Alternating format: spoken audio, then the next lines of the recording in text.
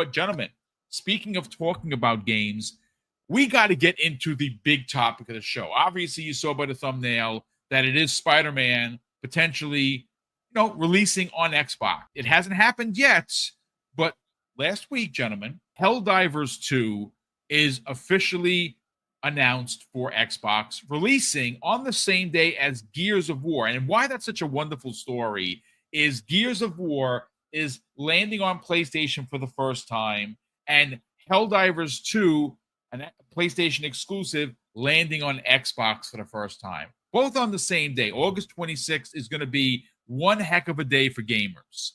And whether you play Helldivers, whether you play Gears of War, whether you play both, you will officially have won as a gamer. Because, again, PlayStation is getting a game that they've never had before. There's going to be a lot of people that are going to like that game because it is in line with what, a lot of PlayStation fans enjoy. And that's that single-player, story-driven, adult-themed narrative type of game.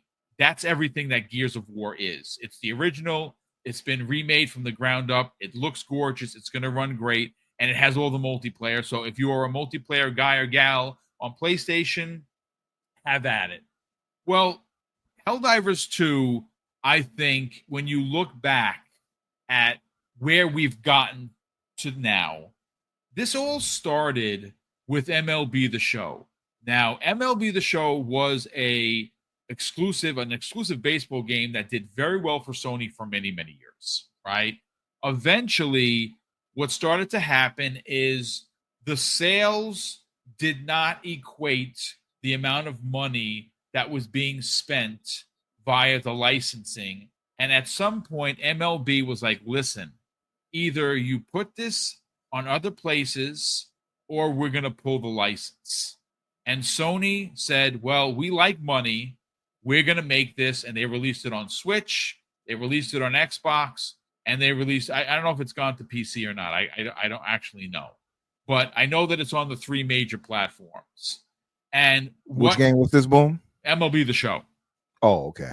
So I don't know if it's on a PC. Please correct me, folks, if you can shout you out in the chat. I don't know if it's on PC. I don't play on PC, so I wouldn't know. But yeah, that's the only one. I think that's one of the rare ones that's not actually. That's not on there. So there you go. But but ultimately, what we were told by the games media and by PlayStation loyalists and fans, well, it doesn't really count because MLB is publishing on Xbox.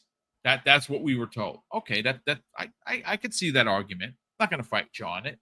So then what happened last year, one of Jamie's favorite games was Death Stranding 1. Death Stranding 1 came out and launched on Xbox.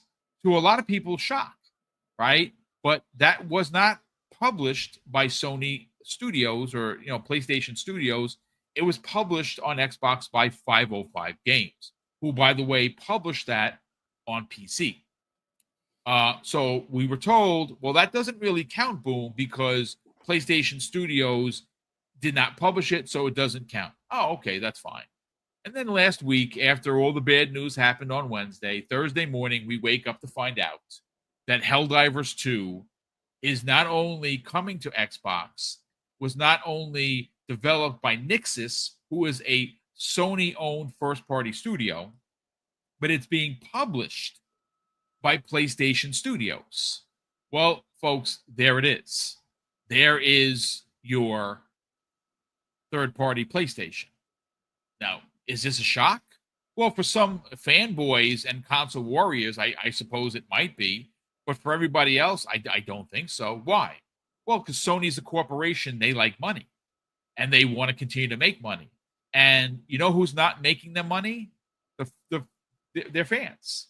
Yeah, the casuals will buy a game like MLB The Show.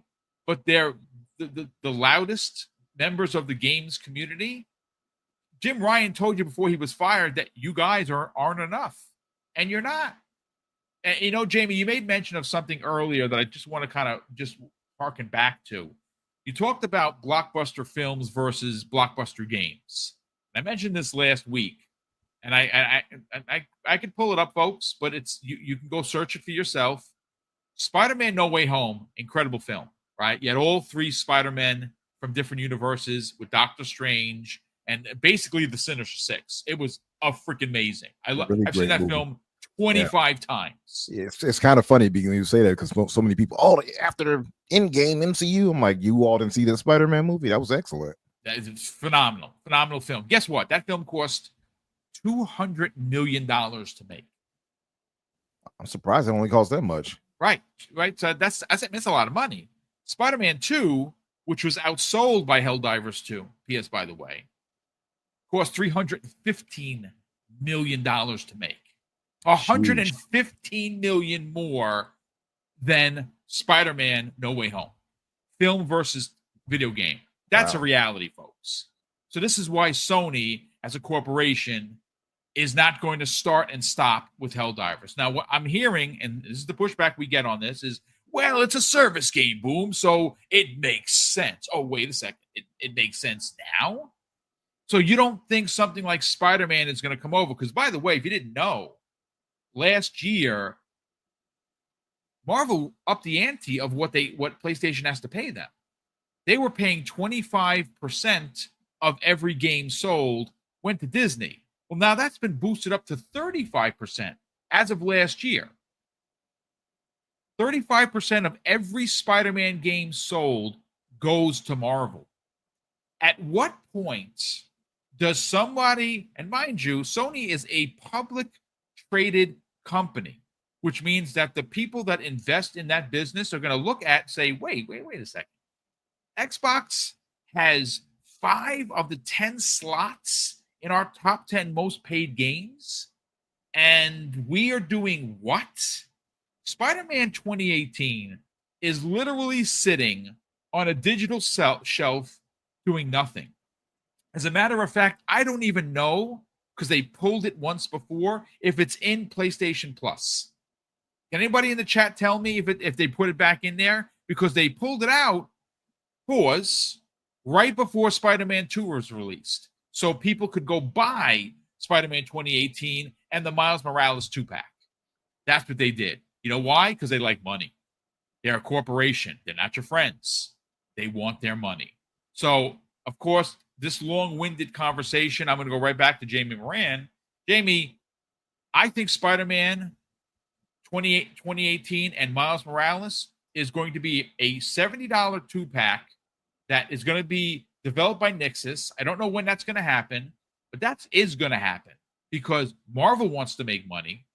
Sony wants to make money. And I think that Helldivers 2 is going to sell incredibly well on PlayStation. The minute it was up for pre-order, I bought the $60 edition without even thinking twice. And I doubled it because I bought the $60 edition originally on the PlayStation 5. And I was happy to give them my money because that's a really great game. I just prefer the Xbox controller over the DualSense. I bet it plays phenomenally on a Xbox controller. By the way, I can't wait! And of course, I got I got an Elite. I got several Elites, and that half pull trigger. That's what that's life right there. Elite, I have to say, Elite is just man. Yeah, it's good.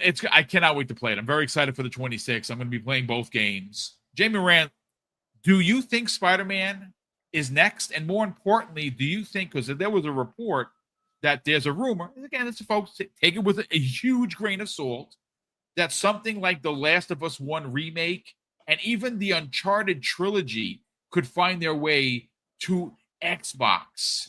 If that happens, hell has frozen over and the internet will officially go down permanently. Let's get your thoughts, man. If we go back to like 2023, before any of the multi-platform stuff happened, and I'm not saying I'm like some Nostradamus or Mystic Meg or anything like that, right? I was saying on my podcast that I think that Sea of Thieves is going to go to the platforms, not based on any rumor, not based on hearing anything, because I 1000% believe that most games have a max ceiling of fans they can get on a console, right? So Sea of Thieves, who was really buying a new console, a new Xbox for Sea of Thieves in 2023? If you want to play it by then on Xbox, you probably would have had an Xbox. So them putting that on other platforms, I thought was an inevitability, right? And then, with Death Stranding last year, and even though Kojima owns the rights to Death Stranding, that was number one in a lot of countries on Xbox. It clearly did well. A game that's called a FedEx simulator, right? I absolutely loved it, but I think it just makes sense. Like on one end of the spectrum, you can say, well, don't these consoles need exclusives to sell that platform? But if you look at the cost of these games now, and you look at these games that, like, look, Spider-Man has just been sitting basically on a server for years, right? If you don't own a PlayStation already to play Spider-Man, were you really ever going to buy a PlayStation to play Spider-Man? Probably not. No. But I just saw this comment in chat a minute ago, and I can use this as ammo because it's so good. Someone said, like, well, what about the licensing fee? Would it even be worth to bring it to Xbox? We don't have an open world Spider game on Xbox. That's one that it would do well out of the gate just based on that, right? There aren't many open world superhero games in general, so like it would do well. Like I think maybe Sony hit the max ceiling with a bunch of these games. And I don't necessarily think it's a bad thing, right? Does the multi-platform thing scare people?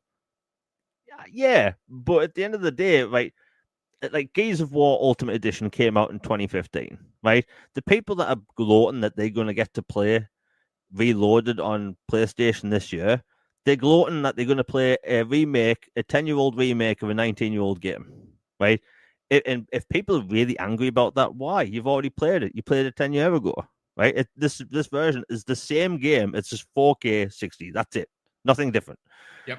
So, like, with Spider-Man, would anyone really care? Like, on the negative spectrum, like, unless you're, like, a deranged fanboy and you have, like, Spider-Man as your profile picture and you're obsessed with Spider-Man for some reason, then I don't understand. Like, it would do well, right?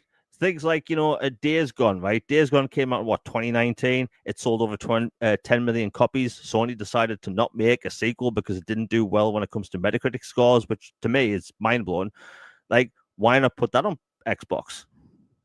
Like, I think unless you're Nintendo, I think that the days are kind of numbered when it comes to, everything being exclusive forever. There's no reason for it to be, right? Should a game that came, let's use Bloodborne. Bloodborne is a great example. People have been wanting a PC version of Bloodborne for years, right?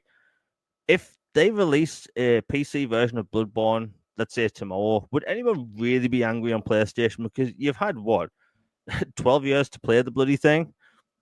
Like, dude, they've been waiting for a remake on that game. Like, there's like a cult following for that to happen. Yeah, and I think they should do it. But my point is that, like, these games are just sitting on servers not making money, right? Unless you're a Grand Theft Auto that came out in 2013 and you're just selling copies every single day, then why not just put these games on other platforms? Can you, like, look at Call of Duty, right? Call of Duty hasn't been on the Switch or Nintendo platform since, I think it was Call of Duty Ghosts on the Wii U, right? Yeah, that was the last one. It's been a minute. Yeah. They haven't had a hardcore military first-person shooter, AAA, in a very long time. So when Call of Duty eventually goes to Switch, it's going to do mad sales because those people, if you're a hardcore Nintendo fan and you just want to play a military shooter, you haven't really had many. So, like, I think it's completely fine. I think, these platforms opening themselves up and putting even older titles on. Now, there's an argument for newer titles, day one. I can get behind that. But when it comes to, like, porting old games, why not? Like, if anyone, like, when that Gears of War Reloaded announcement happened, right? It is literally Ultimate Edition, just 4K 60. If anyone was sitting in their house looking at their phone, shaking, saying, I can't believe they're bringing Gears to other platforms. Why? You've already played it. In fact, you played it in 2006. Right? You're not missing out on anything. You haven't lost anything. I think it would be really cool to bring these games to other platforms. Like, I think, Sony, if Sony's willing to put Helldivers 2 on an alternate platform, an other console, that means they are really looking at this because people can say, oh, well, it's a live service game. Technically, that doesn't even make sense because if you're going with the whole it's a live service game, it would have made more sense to launch it on Xbox the same day as PlayStation. Because when you market all of your platforms together, everyone knows what all these platforms are on. Like when Sony's released a version on PC, right, a year after launch, and people look at the sales on Steam, right, it's because nobody knows about it, right? One of my best friends who games on PC, I've had to tell him before that certain games were on PC. Right, I had to tell him that God of War was on PC. He had no bloody idea. I had to tell him, right? So I think it's possible now more than ever. It's possible. And if you go back several years ago, we were told that PlayStation games will never go to PC. We were told that they will only go to PC 3 years after launch, then 2 years, then 1 year, then 6 months, then only live service games. Then Lego Horizon Adventures goes to Switch and PC the same day. Nobody bats an eye. It's not a live service. And now Helldivers 2 is coming to Xbox, and we're just meant to go with the whole, it's a live service game thing. I don't believe it. We'll obviously we'll have to wait and see if other games will come. But let's say if Spider-Man gets announced tomorrow to come to Xbox in like a couple of months, PlayStation are going to make so much money off that. No, dude, they're gonna, so much money. And that like Oprah was saying, like with an Xbox controller, chef's kiss. Yes. So I think is now more than ever, it's extremely possible, and it's exciting time for gamers. Indeed, it is. You know what, Umbra? I'm all about bringing evidence-based conversation to my shows, and with evidence-based conversation, well, you got to bring numbers, right? So while Jamie was going, doing his spiel, I said, you know what? Let me just take a look. So if Spider-Man 2 cost $315 million to make, right? And that game was outsold by Helldivers 2, well, the numbers really come into play here. Now, I was able to find that as of today, Helldivers 2 has sold over 14 million copies, and that's phenomenal. Right? 14 million copies is a lot of copies, mostly on Steam. I couldn't get the specifics on PlayStation 5. Someone did tell me behind the scenes that it's around 2 million, but I don't have that confirmed. So of potentially 2 of the 14 million copies sold came the way of PlayStation 5, right? This leads into the Jim Ryan comment that, well, PlayStation gamers alone aren't enough, right? And again, take that with a grain of salt. So I went and looked and see how much it cost Arrowhead Studios, who made Helldivers 2. How much did it cost them? Well, according to the stats I have in front of me, it cost around $100 million to make that game. That $100 million game outsold Spider-Man 2, which cost $315 million to make. So if Sony was keen to take the 14 million seller, which sold better than Spider-Man 2, and Spider-Man 2 cost $315 million to make, and Helldivers 2 cost $100 million to make, and they put that onto Xbox, what makes you think that they're not going to try and recoup some of the money from Spider-Man 2018 and Miles Morales, which is literally, like Jamie said, sitting on a digital server somewhere doing absolutely nothing? They specifically bought Nixxes for porting things, and they obviously were a big part of porting Helldivers 2. I believe Spider-Man 1 or Spider-Man 2018 and Miles Morales, and even at some point Spider-Man 2 are going to be next, because Sony is going to want to recoup some of the money. Did they make back their money on the if Spider-Man 2 sold less than Helldivers 2, do you think they made back their $315 million, not counting advertising it? I don't think so. And at Marvel taking 35% a clip for every game that's sold, these games are coming over. How soon that is, I don't know. But again, if people think that this is the end, do I honestly believe that God of War is next? I do not. But do I see something like Ratchet and Clank possibly coming over? I do.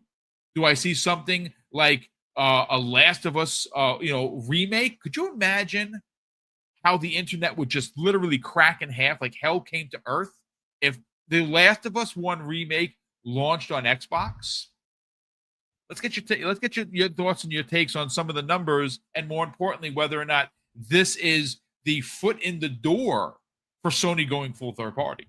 You know, there's something to be said about, for one, Helldivers. Let me just say, a good game. Arrowhead, they did Phenomenal a great game, job. hard as hell, but an excellent game. It's one of those games where if you play together as a team, when you win, you feel like you won something. You do. You feel like it literally feels like you're playing the Starship Troopers to me. Yes. And it's just fun to just get in there and kind of act a fool. That said, I've played with Riskit, and he team kills sometimes, and oops, I shot that blue number. I shot Umbra, or dropped the munition call on our head. I dropped the pot on myself once before. That was hilarious. But that makes for so many great moments, though. So they got the formula down, man. So I think, I hope at least that a lot of people who have not tried it on the Xbox side, I hope you guys do try it out. Which leads me to the next point which is the likelihood of other games coming over. I see the possibility there. We see what Totoki has said. We know they want to make more money with these things. Something like Spider-Man coming over makes so much more sense than anything else because of, like you said, what Marvel is going to pull from them, right?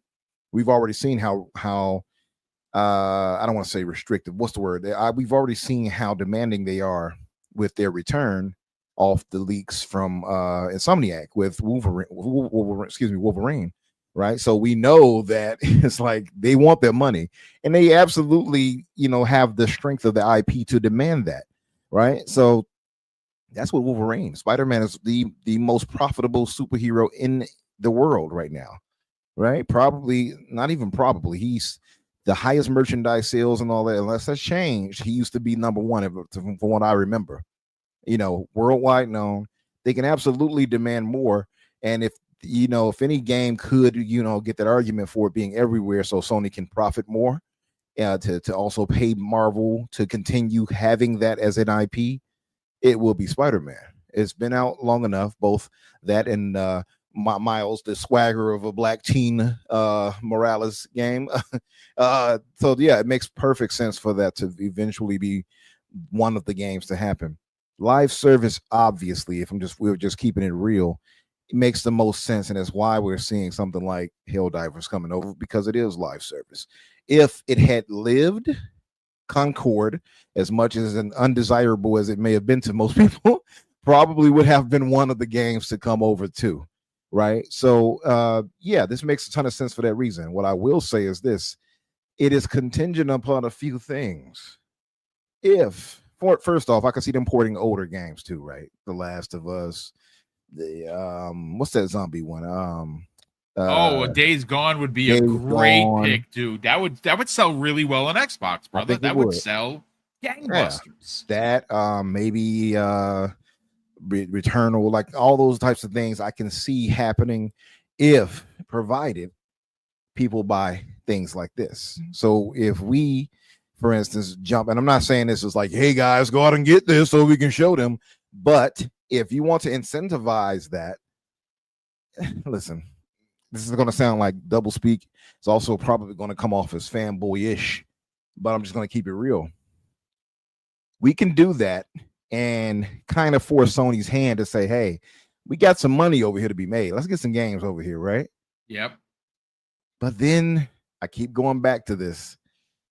Next year, or not next year, when the next gen, should I say, you're going to have them anyway.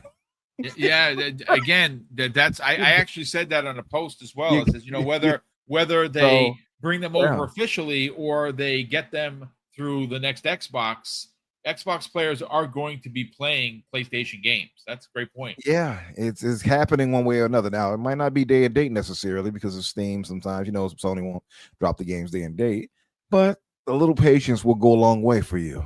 So, we can do this the easy way or the hard way. You know what I mean?